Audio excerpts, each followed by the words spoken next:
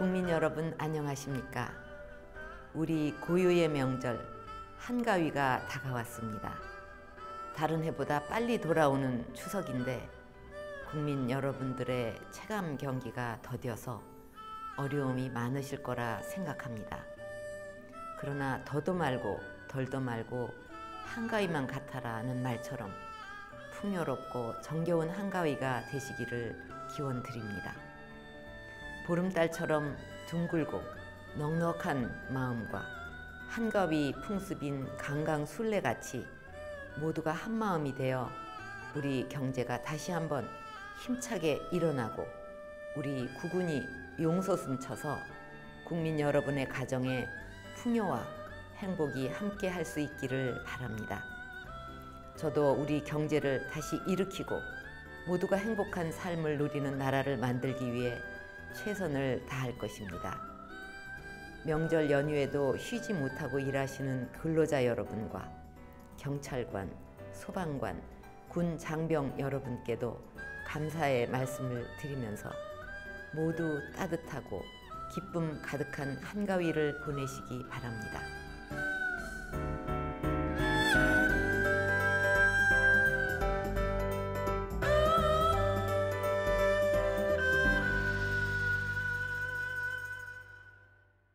안녕하세요. 있는 그대로 날 것을 보여드리는 한국 여론방송 지자체 현안은 안민정입니다.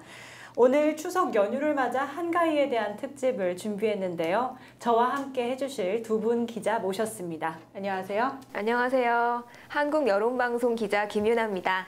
오늘 지자체 현안은 안민정 기자 진행하에서 같이 패널로 참석하게 됐는데요. 오늘도 지자체의 다양한 현안 전해드리도록 하겠습니다. 네, 안녕하세요. 네, 안녕하세요. 추석 특집을 맞이해서 이렇게 여러분들께 인사드리게 됐는데요. 풍성한 한가위 보내셨으면 좋겠습니다. 명절 연휴가 주말과 겹치면서 벌써 고속도로는 귀경길이 시작됐다고 합니다. 매일 명절이 되면 늘 교통난으로 도로가 몸살을 앓곤 하는데요. 그렇다면 명절이 되면 일어나는 문제들이 어떤 것이 있는지 함께 알아보도록 하겠습니다. 추석을 맞은 전통시장, 음식을 사러 나온 시민들로 북적입니다. 음식을 구입해 추석장을 마련하여 나온 시민들의 걱정이 이만저만이 아닌데요. 바로 날씨가 더운 탓입니다. 전 같은 거, 이제 예를 들어서 잡채 같은 거 그런 건 저녁에 늦게 준비해야 될 것 같고, 떡 같은 것도 저녁 늦게 해야 할 것 같아요. 추석인 8일과 다음 날인 9일은 전국 낮 최고 기온이 29도에서 31도까지 오르고 일교차가 10도 이상 넘을 것으로 예상됩니다. 이에 따라 식중독 지수가 높아져 음식 준비부터 주의가 필요합니다. 가장 중요한 것은 손위생입니다. 손을 잘 닦고 음식 조리 과정에 손위생을 철저하게 하는 것만으로도 70% 정도를 예방할 수 있습니다. 조리할 땐 음식 재료 별도로 도마를 다르게 써야 합니다. 식중독 발생 원인의 25%는 조리도구에 묻은 세균의 2차 오염 때문인데요. 음식을 옮길 때에도 위생장갑을 끼는 것이 좋습니다. 음식은 속까지 다 익도록 85도 이상에서 조리해야 합니다. 추석 음식은 한꺼번에 많은 음식을 조리해 보관하는 경우가 많으므로 식힌 다음 냉장 보관해야 합니다. 미래창조과학부와 한국인터넷진흥원은 추석 명절을 사칭한 스미싱 문자가 발송되고 있는 것을 확인하고 국민들에게 각별한 주의를 당부한다고 5일 밝혔습니다. 미래부에 따르면 현재까지 발견된 스미싱은 2종으로 해당 스미싱 문자에는 추석을 잘 보내시고 2014년 남은 시간 모두 행복하십시오라는 배송이 지연되고 있습니다. 라는 문구가 적혀 있으며 해당 메시지에는 인터넷 주소도 포함되어 있습니다. 또한 미래부는 스미싱 문자에 포함된 인터넷 주소를 클릭하면 스마트폰에 악성 앱이 다운로드되고 설치된 악성 앱을 통해 스마트폰에 저장된 기기 정보와 문자 메시지 등을 탈취할 수 있는 것으로 확인됐다고 전했습니다. 이에 미래부는 현재 인터넷 서비스 사업자 ISP를 통해 발견된 악성 앱의 유포지 및 정보 유출지는 즉시 차단하고 백신 개발사에 악성 앱 샘플을 공유해 백신을 개발하도록 조치했습니다. 이와 함께 스미싱 피해를 사전에 예방하기 위해 출처가 불분명한 문자의 인터넷 주소를 클릭하지 말고 의심스러운 문자는 즉시 삭제해야 하는 것이 안전하다고 밝혔습니다. 추석 명절을 사칭한 스미싱 공격과 관련해 강성주 미래부 정보화 전략국장은 앞으로 추석 명절 동안 이러한 스미싱 문자가 늘어날 것으로 보이기 때문에 미래부는 모니터링을 더욱 강화할 계획이고 확인된 스미싱은 검경 등 관계기관에 통보하고 있다고 전했습니다. 한편 스미싱 차단 앱이 설치되지 않은 이용자는 스미싱 피해를 예방하기 위해서 앱스토어를 통해 스미싱 차단 앱을 다운로드하고 설치하면 됩니다. 만약 악성 앱이 설치된 경우 모바일 백신을 이용하거나 직접 삭제해 악성 앱을 제거해야 하며 스미싱으로 의심되는 문자를 수신했거나 악성 앱을 삭제하기 어려운 경우 인터넷진흥원에 신고하면 2차 피해 예방 방법과 백신 앱 설치 방법, 악성 앱 제거 방법 등을 무료로 상담받을 수 있습니다.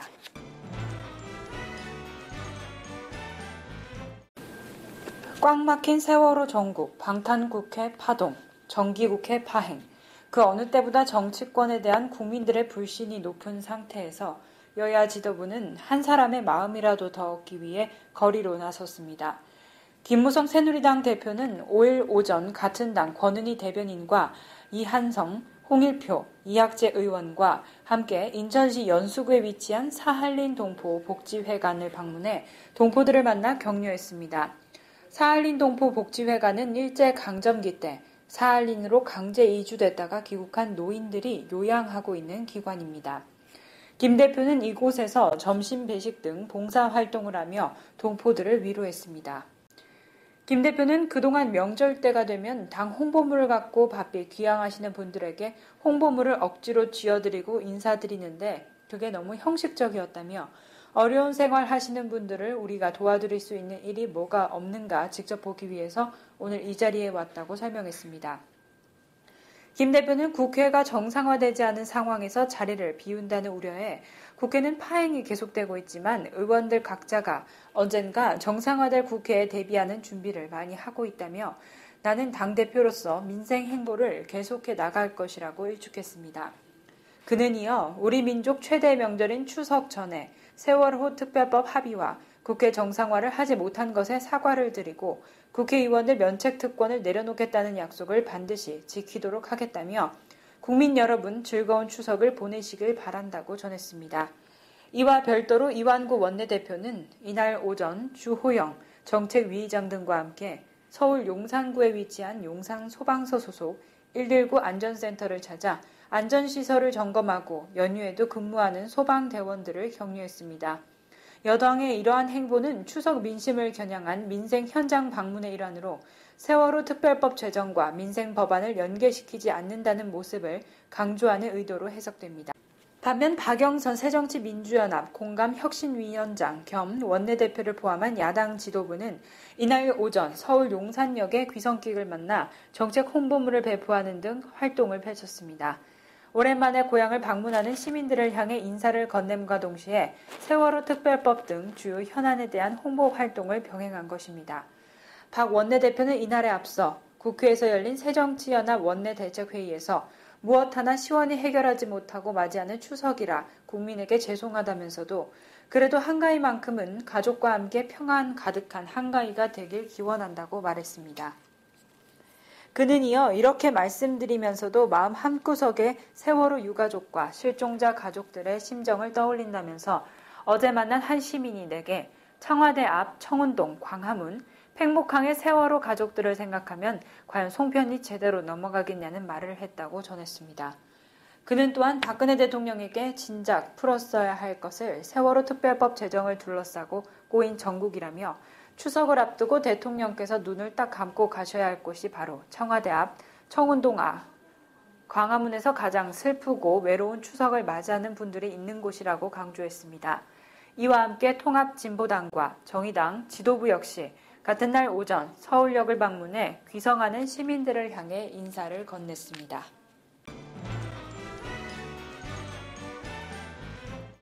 정부가 예산을 편성할 때 저출산 인구 고령화가 사회 변화에 미치는 영향을 분석한 예산서를 작성하도록 하는 법안이 여야 국회의원 121명의 참여로 발의됐습니다.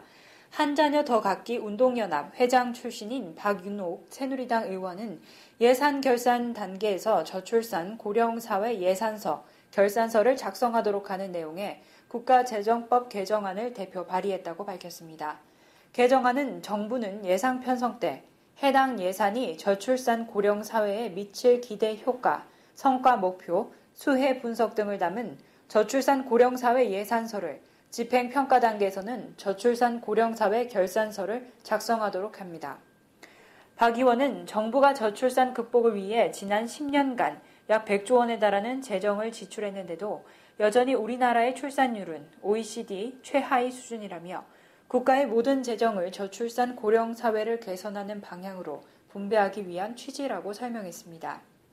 새누리당 송강호 의원에 대한 체포동의안이 국회 본회의에서 부결되면서 여야 정치권이 싸잡혀 국민의 지탄을 받고 있는데요. 당초 체포동의안이 부결되자마자 원내 다수당이자 송 의원 소속인 새누리당은 제19 감사기를 했다는 비판을 홀로 뒤집었어야만 했습니다. 하지만 표결 분석 결과 상당수 야단 의원들도 체포동의안에 반대표를 던졌으며 상황은 달라졌습니다. 방탄국회를 만든 것이 여야 합작품이었다는 비판이 들끓고 있는 것인데요. 게다가 여기에 새정치민주연합은 체포동의안 가결을 당론으로 정하지 않고 본회의에 임했던 것으로 드러나 논란을 더 키웠습니다.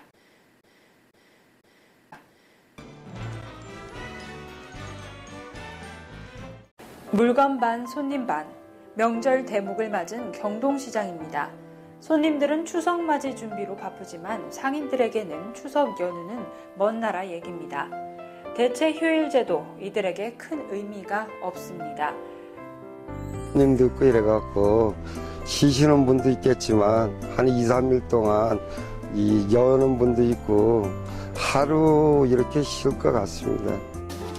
따라서 오히려 걱정이 되기도 하는데요. 10일 날 저희가 여기는 장사를 해야 되고 애들은 대체 휴일이라서 학교를 안 가니까 집에 혼자 있어야 되고 그게 많이 걱정이 되네요.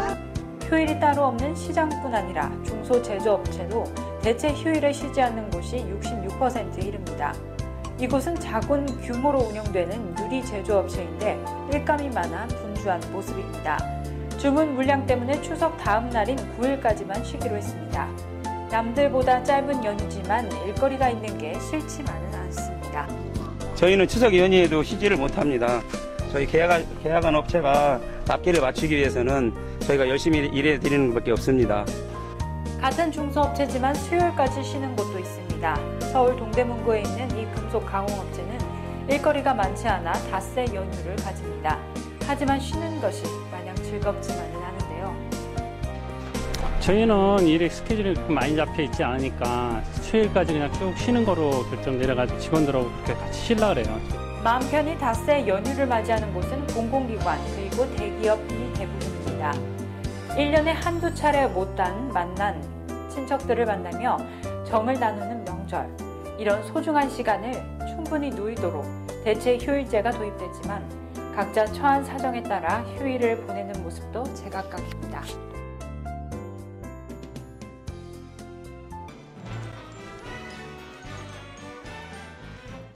지금까지 명절이 되면 일어나는 문제와 현안들에 대해 알아보았습니다. 그럼 이번에는 명절하면 빠질 수 없는 것이 있죠.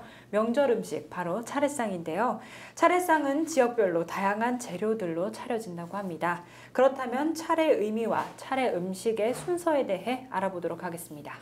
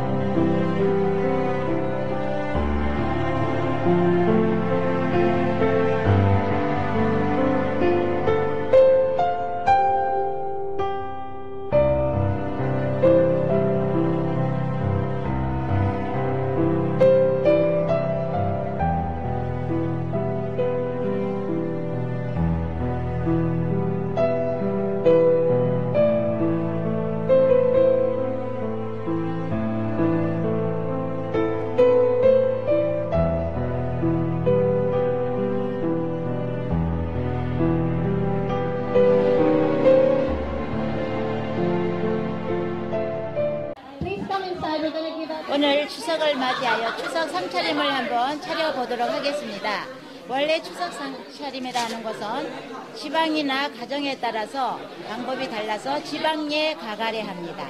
근데 오늘은 그냥 서울식으로 한번 차려보는데 여기는 지금 모형 음식과 실제 과일이 같이 모여 있어서 조금 잘 차린 상이 되겠습니다. 간소한 상차림으로 하면은 조금 생략하는 부분이 있어도 상관이 없습니다. 상어에 많이 음식을 차리는 것이 중요한 것이 아니고 사실 그 가정 형편에 따라서 아주 자손들의 정성이 중요하다고 하겠습니다. 자, 그럼 여기 보시면은 첫 번째 여기 병풍이 쳐져 있습니다. 병풍을 치면은 실제 방향에 상관없이 북쪽이 되겠습니다. 북쪽은 상석이 되어서 상석으로 우리 돌아가신 분을 모셨는데 여기 보면 지방이라고 하는데 지방은 실제로 우리 한문으로 지방을 쓰신다면은 할아버지의 지방은 현조고 학생부군신이 또 현조비 경주 이시 유인 이렇게 다릅니다. 지방이. 근데 여기는 우리 한글로 알아보기 쉽게 할아버님 모심, 할머님 모심 이렇게 해놨습니다. 첫 번째 줄은 추석이니까 송편만 녹는 댁도 있지만은 여기는 매와 갱을 같이 올렸습니다. 돌아가신 분의 밥과 국은 매와 갱이라고 합니다. 그리고 우리나라는 음양의 문화여서 돌아가시면 음양이 바뀌었다고 생사가 바뀌었다고 돼서 위치가 바뀌게 됩니다. 원래 양방향이 동쪽이고 음방향이 서쪽이고 남자는 양이고 여자는 음입니다.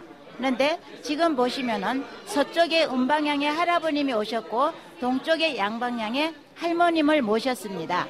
밥과 국도 자리가 바뀌었습니다. 매와 갱인데 산 사람은 이 위치가 바뀌어야 됩니다. 그런데 돌아가시면은 음양이 바뀌었기 때문에 이렇게 자리가 바뀌는 것입니다. 그래서 첫 번째 줄은 매와 갱, 그 다음에 시접이라고 해서 수저, 숟가락과 젓가락이 같이 놓이고 그 다음에 잔이 올라갑니다. 잔반이라고 합니다. 그 다음에 이제 두 번째 줄은 산 사람으로 치면 술을 안주가 되겠죠. 육적, 고기로 만든 적이 되겠고 육전, 고기로 만든 전입니다. 그 다음에 소전이라고 해서 두부로 만든 전이 되겠고 그 옆에는 생선으로 만든 전이어서 어전이라고 합니다. 그리고 편이 올라가기도 하고 그 다음에 이 서쪽에는 국수가 올라갔습니다. 그래서 면서병동, 고기는 서쪽이어서 어동 육서. 그 다음에 이제 세 번째 줄이 바로 탕이 있는데 오늘 탕은 세 가지를 3탕으로 놨습니다. 고기가 서쪽으로 오니까 육탕, 소탕, 어탕이 되겠습니다. 그 다음에 이제 네 번째 줄이 반찬인데 나물 반찬입니다. 도라지, 시금치, 고사리, 그 다음에 이제 침채라고 해서 바로 물김치가 되겠습니다. 그래서 생동 숙서, 익은 것은 서쪽으로 놓고 날 것은 동쪽으로 놓는다는 뜻이죠. 그 다음에 이제 생선이 올라갑니다. 머리가 동쪽을 향해서 두동미서라고 합니다. 그리고 생선의 배를 보면은 신이 쪽을 향해 있습니다. 그 다음 다섯 번째 마지막 줄이 바로 후식줄이 되겠습니다. 지금 오늘 놓은 것은 조율시이사. 근데 다른 한 가지 방법은 홍동백서가 있습니다. 그 다음에 이 앞에 보시면은 이제 향로가 있습니다. 향불을 피우는 것은 우리는 사람이 돌아가시면은 정신과 육체가 분리가 됩니다. 이 분리된 정신은 하늘로 올라가는데 이것을 혼이라고 합니다. 돌아가신 우리 몸은 백이라고 합니다. 그래서 우리는 혼백을 모신다고 하죠. 혼백을 모시는 의식이 바로 향을 피우면 하늘로 올라간 혼이 내려오십니다. 그 다음에 요 옆에 있는 것이 바로 모삭이에요. 흙에다가 풀을 꽂아 놓습니다. 그럼 이것은 실내에서 차례를 지내거나 제사를 지낼 때 땅을 의미하는 것입니다. 이거는 그래서 신을 모신다 해서 강신잔이라고요. 여기다 술을 부어서 이 땅에다가 3번 나누어서 따르는 것은 백을 모십니다. 그래서 혼백을 모신 다음에 이제 모든 차례에 참여하시는 제주들이 함께 재배를 합니다. 그 다음에 이제 할머니 할아버지께 잔을 올립니다. 잔을 올리고 그 다음에 이제 맛있는 음식, 평소에 어르신들께서 좋아하시던 음식 위에 수저를 놓아드립니다. 그것을 잡수시라는 뜻이 되겠죠. 그리고 잡수시는 동안 조금 엎드려서 그 어른들께서 식사하실 때 우리 살아있는 그 아래 자손들도 너무 빤히 쳐다보지 않는 것입니다. 그래서 잠시 기다렸다가 일어나서 수저 내리고 그다음에 이제 일어나서 다시 사신이라 해서 보내는 것이죠. 다 잡수셨으면 안녕히 가십시오 하고 다시 이 모든 제주들이 절을 2번 합니다. 지금 여기 보시면은 상차림이 그냥 서울식으로 평범하게 되어 있습니다만은 예를 들어 뭐 전라도 지역이라든지 호남 지역 같은 데는 꼭 사용하는 이 생선 중에 홍어 같은 게 있습니다. 그래서 지역에 따라서 나는 특산물이라든지 아니면 또 이제 여름에 제사를 지낼 때는 뭐 참외라든지 과일을 또 수박이라든지 넣는 경우가 있습니다.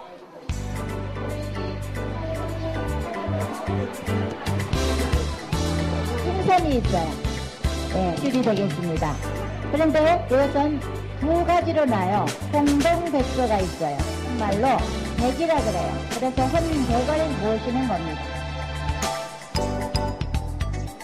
차례의 의미와 차례 음식에 대해 알아보았습니다. 그럼 지금부터 도별로 다양한 차례 음식에 대해 알아볼 텐데요. 어떤 음식들이 준비가 되고 있는지 윤아 기자님께서 소개해 주시죠. 네, 먼저 경상도 지방의 차례 음식상에 대해서 알아보도록 하겠습니다. 울산의 제사 음식을 먼저 알아볼 텐데요. 울산의 제사 음식에는 해물을 이용한 산적을 많이 사용합니다. 생선은 조기, 전갱이, 민어, 상어, 가자미, 문어 등을 쓰며 고래고기를 올리는 것도 있습니다. 가자미는 노란 치잣물을 입혀 적을 구워 이용했고 특히 군수 산적을 올리지 않으면 헛제사를 지났다 할 정도로 중요한 제수입니다.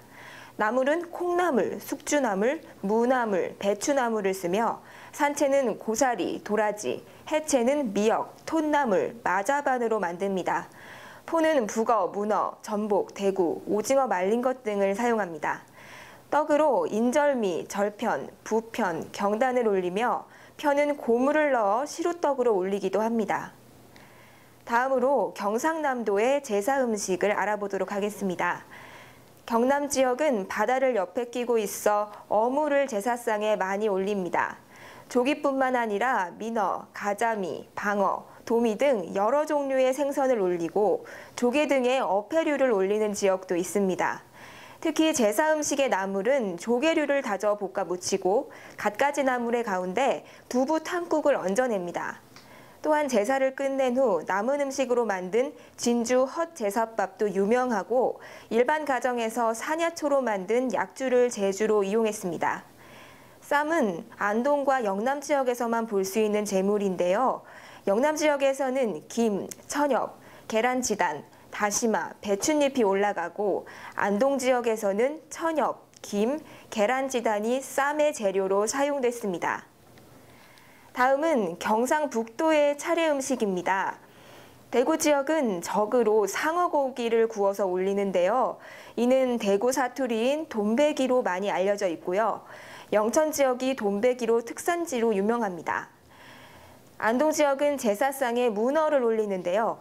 문어에는 이름 자체에 글월 문자가 들어있을 뿐더러 안에 먹물까지 담겨 있으니 선비의 상징물이라 여겨져서 제사나 큰 잔치에 문어가 빠지지 않는다고 합니다. 안동 지역의 안동 식혜 또한 제사상에 빠지지 않고 오르는 제물입니다. 경남보다 닭고기나 쇠고기를 이용한 전류나 산적류가 많고 제사떡으로는 본편, 증편, 경단, 주악, 화전, 약식, 찹쌀가루로 만든 각색 웃기떡인 부편 등이 있습니다. 제주로는 청주 이외에 탁주, 소주를 이용했습니다. 네, 그럼 다음 지역은 예진 기자님께서 소개해 주시죠. 저는 전라도에 대해서 말씀해 드리겠습니다. 전라도 하면은 아무래도 홍어가 가장 대표적인데요. 그래서 이 전라도에서는 이 홍어가 제사상뿐만이 아니라 큰 잔치를 치를 때도 홍어 요리를 준비한다고 합니다. 또한 먹을거리가 풍성하고 음식 문화가 발달한 지역이라 제물로 다양한 음식이 오릅니다. 병어나 낙지, 꼬막 같은 어패류 또한 단골로 오르는 제물들입니다. 제사상의 적으로는 돼지고기적, 명태적, 새우적, 오징어적, 홍어적 등을 한답니다. 떡은 켜떡이라고 불리는데 얇은 것이 특징이고 이 찰떡의 두께는 0.5cm 정도로 만든다고 합니다. 전주의 송편은 크기가 아주 작아서 엄지손가락 마디 정도라고 하는 크기라고 합니다. 네, 다음은 경기도 제사 음식 말씀드리겠습니다. 경기도는 어물로 반드시 조기를 사용한다고 하는데요. 형편이 어려운 집에서는 북어를 올리고 그런데 이 북어가 다산과 풍요의 상징이었기 때문이라고 합니다. 육류로는 고기산적, 북어포를 올리고 나물의 종류는 고사리, 도라지, 무나물 혹은 시금치 나물들을 올렸으며 두부적, 사과, 배, 대추, 밤, 유과, 다식, 백편 등을 올린다고 합니다. 어물은 다른 지역에 비해 상대적으로 적게 올리는 편인데 탕은 육탕, 어탕, 소탕에 탕을 3개를 올렸는데 최근에는 육탕 1가지만 올린다고 합니다. 조선시대에는 왕릉 옆에 조포사가 있어 제사상에 올릴 두부를 이곳에서 만들었다는 기록도 있다고 합니다. 다음은 강원도의 제사 음식 말씀드리겠습니다. 강원도는 대부분이 산간지방이어서 나물과 감자, 고구마를 이용한 제물들이 많다고 합니다. 평창 지역 제사상에는 메밀전을 반드시 올리고요. 감자전이나 무와 배추로 만든 적을 올리기도 합니다. 버섯류는 부침이나 전에 단골 재료로 쓰는데 특히 송이처럼 귀한 버섯은 소적으로 구워내 제물로 올린다고 합니다. 어물로는 명태, 가자미 등을 찌고 그 위에 살짝 데친 문어를 잘 펴서 얹습니다. 콩나물은 쓰지 않는 가문도 있으며 떡은 시루떡을 주로 사용하고 절편을 하기도 합니다. 강릉 지역은 고춧가루, 파, 마늘 등을 넣지 않은 하얀 식혜를 올린다고 합니다. 서울 방배동에 사는 주부 신창희 씨는 노량진 수산시장에서 추석 차례장을 봤는데요. 고향이 대구인 신 씨가 차례상을 빠뜨리지 않고 챙기는 음식이 바로 돈베기라 불리는 상어고기입니다. 돈베기는 가늘한 토막 상어고기를 뜻하는 경상도 사투리인데요. 경상도 제사상에 빠뜨릴 수 없는 음식입니다. 간이 잘된 상어고기를 꼬치에 깨어 노릇노릇 구워내면 되는데요.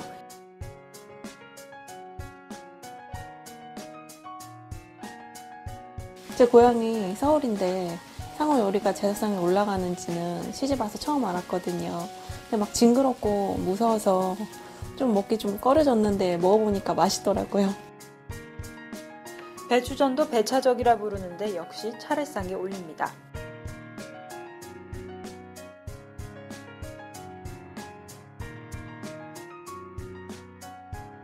다른 지방에 올라가는 독특한 음식, 전라도는 홍어, 강원도는 감자전을 부쳐 올립니다. 추석 상차림에 올리는 음식이 다 좀 달라요. 그 지역에서 많이 나는 특산물을 이용해서 정성껏 만들어서 추석 차례상에 올리시고 지역마다 조금씩 다른 차례상, 조상들이 즐겼던 음식을 준비하는 후손들의 마음은 똑같지 않을까요?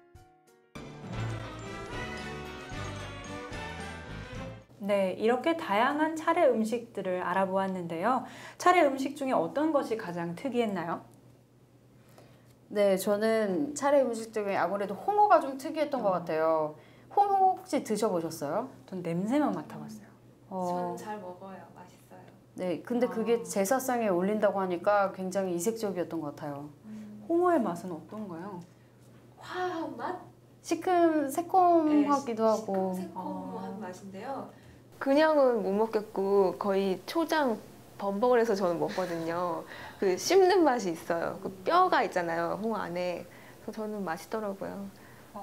네. 그럼 또 윤아 기자님은 어떤 음식이 가장 특이하셨나요? 저는 아무래도 제가 해물을 진짜 좋아하거든요. 그래서 해물 올리는 지역 거를 주로 이제 많이 보게 됐는데, 울산에서 이제 가자미를 올린다고 하고, 또 경상남도에서는 어패류를 올린다고 하죠. 그리고 경상북도에서는 특이하게 상어고기를 올린다고 합니다. 제가 직접 보고 먹어보고 싶어요. 저는 해물을 진짜로 좋아해서요. 그리고 특이했던 게 전라도 지역에서는 또 어패류, 꼬막을 올린다고 하네요. 낙지랑 꼬막을 올린다고 하는데 다 지역 음식 다 한 번씩 먹어보고 싶어요. 네. 이렇게 다양한 음식들이 올라오는데요. 그럼 두 분 기자들은 차례상 차리실 때 어떤 음식을 올리시나요? 저희는 경기도로 올라가거든요. 좀 특이한 거는 없었던 것 같아요. 그냥 밤, 뭐 대추, 사과, 배 이런 것들 보편적인 거를 올려서 뭐 다르지 않은 것 같아요. 그 음식들 중에 가장 좋아하는 음식 있으세요? 저는 곶감을 굉장히 좋아합니다. 그래서 그 제사 때마다 끝나면 항상 곶감 먼저 먹게 되더라고요. 저는 제가 요리를 직접 한 음식만 기억이 나는데요. 동태전이나 두부부침, 뭐 이쑤시개에 야채, 채소 꽂아서 산적이요.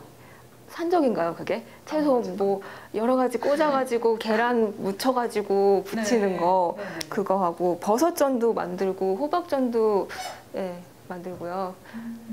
여러 가지 올리는데 다 기억은 안 나네요. 뭐가 가장 맛있었어요? 저는 호박전이 제일 좋아요. 왜요? 맛있어요. 호박이 약간 달콤하잖아요. 그거를 계란이랑 같이 부쳐서 먹으면 제 입맛에 딱 맞습니다. 네, 그럼 지금까지 차례상의 음식에 대해 알아보았습니다. 그럼 차례상에 올라가는 음식의 의미가 또 있다고 하는데요. 어떤 의미가 있는지 소개해 주시죠. 네, 추석은 음력 8월 15일로 8월의 한가운데 있는 큰 날이라는 뜻입니다. 설에는 옷을 입고 한가위에는 먹을 것을 얻어먹는다는 속담처럼 추석에는 핵과일과 핵곡식으로 다양한 음식을 만들었습니다. 추석의 대표적인 음식으로는 송편, 쇠고기, 버섯, 도라지, 파, 계란을 볶아 꼬치에 꿰어낸 오방색의 화양적, 땅의 열매 토란으로 맑게 끓인 토란탕, 배숙 등이 있습니다. 여기서 이제 하나씩 말씀드리자면요. 송편은 더 나은 미래를 기원한다고 합니다. 햅쌀로 빚고 밤, 콩, 깨, 녹두 등 핵곡식을 넣어 솔잎을 넣고 찐다고 해서 송편입니다. 송편은 추석에 뜨는 볼과 대조적으로 반달 모양인데요. 이것은 하루하루 채워간다는 뜻에서 더 나은 미래를 기원하는 마음을 의미한다고 합니다. 네, 다음은 대추입니다. 이 대추는 자손번창을 한다는 상징인데요. 대추는 한 나무에 헤아릴 수 없을 만큼 많은 열매가 열리고 꽃 하나가 피면 반드시 열매 하나가 열리고 그리고 꽃이 떨어집니다. 이 땅에서 태어났으면 반드시 자식을 낳아야 한다는 뜻이 담겨져 있습니다. 즉 대추는 자손에 번창하고 기원하는 의미에서 제사상에 빠지지 않고 오릅니다. 또 열매에 비해 씨가 크고 단 하나이기 때문에 임금을 상징하기도 합니다. 다음은 밤인데요. 밤은 조상과의 영원한 연결을 의미합니다.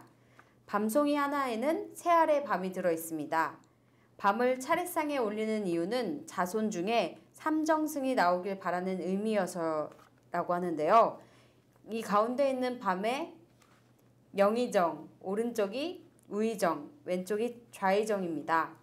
특히 밤은 다른 식물과 달리 싹이 돋고 떡잎이 나온 후에도 최초의 씨앗이 사라지지 않고 땅속에서 생밤인 채로 달려있기 때문에 자손과 조상을 연결하는 영원한 연결을 상징합니다. 자손이 수백 대를 내려가도 조상은 언제나 자기와의 연결되어 함께 이어간다는 뜻입니다. 밤은 인간의 성질을 나타내기도 하는데요. 가시는 내유외강의 성질로, 껍질은 단단하고 강한 기질, 껍질 속의 털은 포근함을 나타냅니다. 속껍질의 떫은 맛은 인생살이의 떫은 맛, 속 아래 고소한 맛은 깨달음의 참맛을 나타내기도 합니다. 네, 그럼 다음으로 윤아 기자님께서 또 소개해 주시죠. 네, 배는 지혜로운 삶을 나타냅니다. 껍질이 황금색인 배는 황인종을 뜻하고요. 하얀 속살은 백이민족을 상징합니다. 오행에서 황색은 우주의 중심을 뜻하는데요. 특히 배는 수분이 90%로 많은데 이 수분은 지혜를 의미합니다. 씨가 6개여서 육조판서를 의미하기도 합니다. 네, 다음으로 사과는요, 집안의 화목을 의미한다고 합니다. 하트 모양의 사과는 자비, 사랑을 상징하며 집안의 화목과 사랑의 정도를 알아보는 방법으로 쓰이기도 합니다. 사과의 모양은요, 우주의 오기, 목화, 토, 금수가 생성되어 돌아가는 모형이며 사랑하는 마음 등의 영적 성장을 의미합니다. 복숭아는 귀신을 쫓는 과일로 여겨져 차례상에 올리지 않습니다. 예, 다음은 삼채입니다. 삼채는 과거와 현재와 미래를 나타냅니다. 삼채는 도라지, 시금치, 고사리로 차례상에 빠지지 않습니다. 이 세 가지 나물은요, 음양오행설의 오방색 중 흰색, 청색, 흑색을 의미할 뿐 아니라 과거, 현재, 미래를 뜻합니다. 뿌리채소 도라지는 조상을, 줄기채소 고사리는 현재를 살아가는 우리, 잎채소인 시금치는 미래의 후손을 상징합니다. 도라지는 돌을 알지, 돌아지, 도라지로 바뀌어 돌을 알리는 뜻을, 고사리는 하늘로 뻗어가는 기운의 형상을 하면서도 손의 모양과 닮은 높은 이치가 담긴 일을 한다는 의미를 가집니다. 다식은 가족 간의 화합을 의미하는데요. 다식은 우주의 오행을 의미하고 그 문양은 오기의 작용을 도식화시킨 것으로 가족 간의 합심, 이별, 파괴, 결합, 재물, 후손의 출산 등을 상징한다고 합니다. 또 이것이 작용하는 의미를 알아보기 위해 꿀물에 버무려 다식을 찍는데 그때 잘 만들어지는 것과 부서지는 것을 알고 한 해의 집안 운세를 점치는 데 사용했다고 합니다. 네, 이렇게 다양한 의미를 가지고 있는데요. 명절 음식의 의미를 알아보시면서 어떤 생각이 드셨나요? 네, 명절 음식에 이렇게 다양한 뜻이 있는지 잘 몰랐어요. 특히 뭐 사과가 하트 모양이어서 가정을 상징한다 이런 거는 정말 알지 못했던 건데 조상들이 이런 센스가 있었다는 게 참 네, 기분이 좋아요. 네, 예진 기자님은요? 사실 저는 대추를 보고 안 먹으면 늙는다는 말이 있잖아요. 그래서 그런 것과 관련이 있을 줄 알았는데 여기서 알아보니까 이제 대추가 자손번창의 의미로 듣는다고 하니까 조금 달랐던 것 같아요. 제가 알았던 대추의 이미지랑. 그 결혼식 패백 때 네, 신랑 신부한테 대추를 던져주지 않나요? 네, 맞아요. 그렇죠. 그게 그때 자신 마누라고. 네. 네, 그러면 명절 음식 중에 어떤 음식 가장 좋아하세요? 저는 닭고기를 가장 좋아하는데요. 저 어렸을 때부터 그 제사상 어머니랑 친척분들이 차리실 때 닭 한 마리를 삶아가지고 그 삶은 닭을 통째로 제사상에 올렸어요. 그게 너무 먹고 싶은 거예요, 항상. 그래서 그거 제사 끝날 때까지 언제 끝나지 기다렸던 기억이 나거든요. 제사 끝나면 이제 고모께서 한쪽에서 항상 그 살을 다 바르셔가지고 먹으라고 주셨어요. 그 기억이 나네요. 약간 삼계탕과 같은가요? 삼계탕은 이제 국물이랑 같이 먹는 건데 저희 집에서는 그냥 물에 그 닭을 끓여내서 닭만 건져서 건조한 상태로 상에 올리거든요.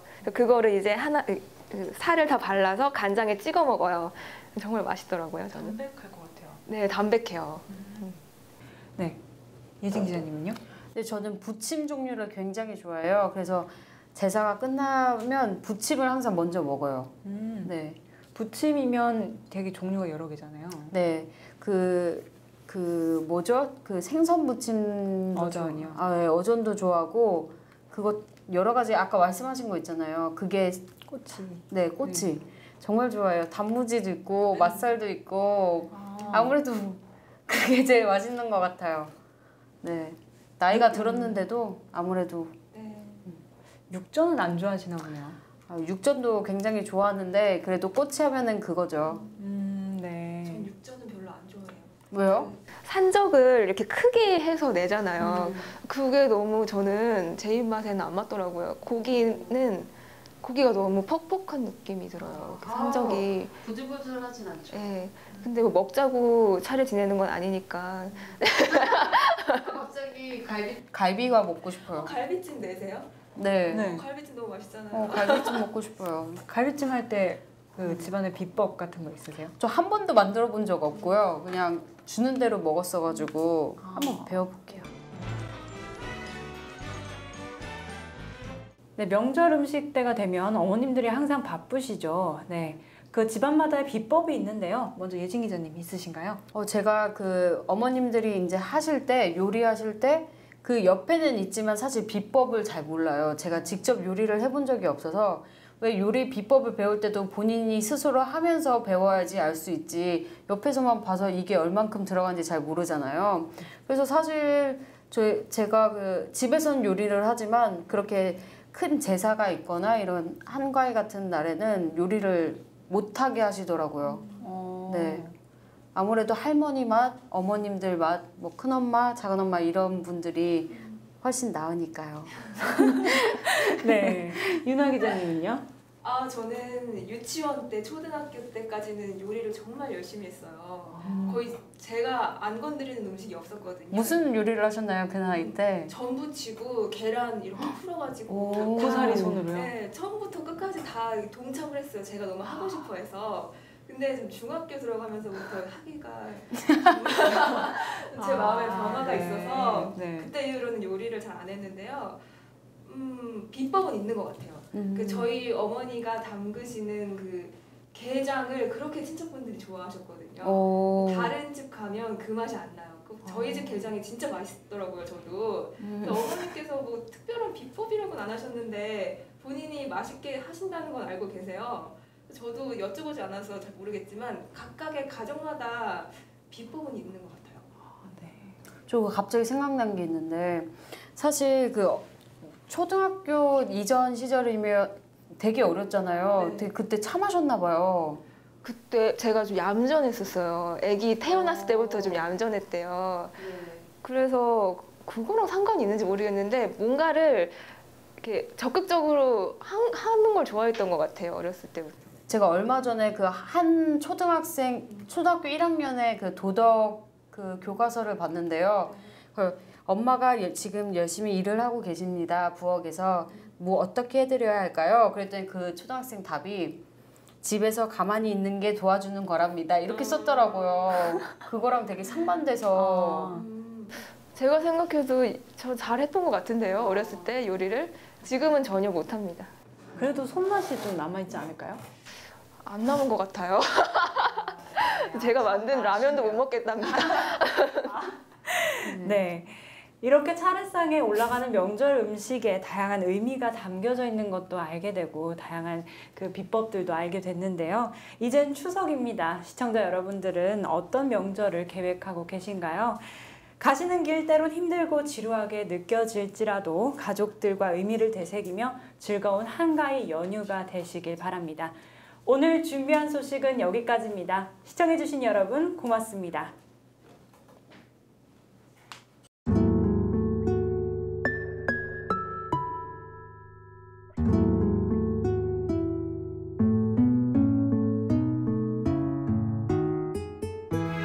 이곳은 온 국민을 안타깝게 하고 있는 세월호 침몰 사고가 발생한 진도 팽목항입니다.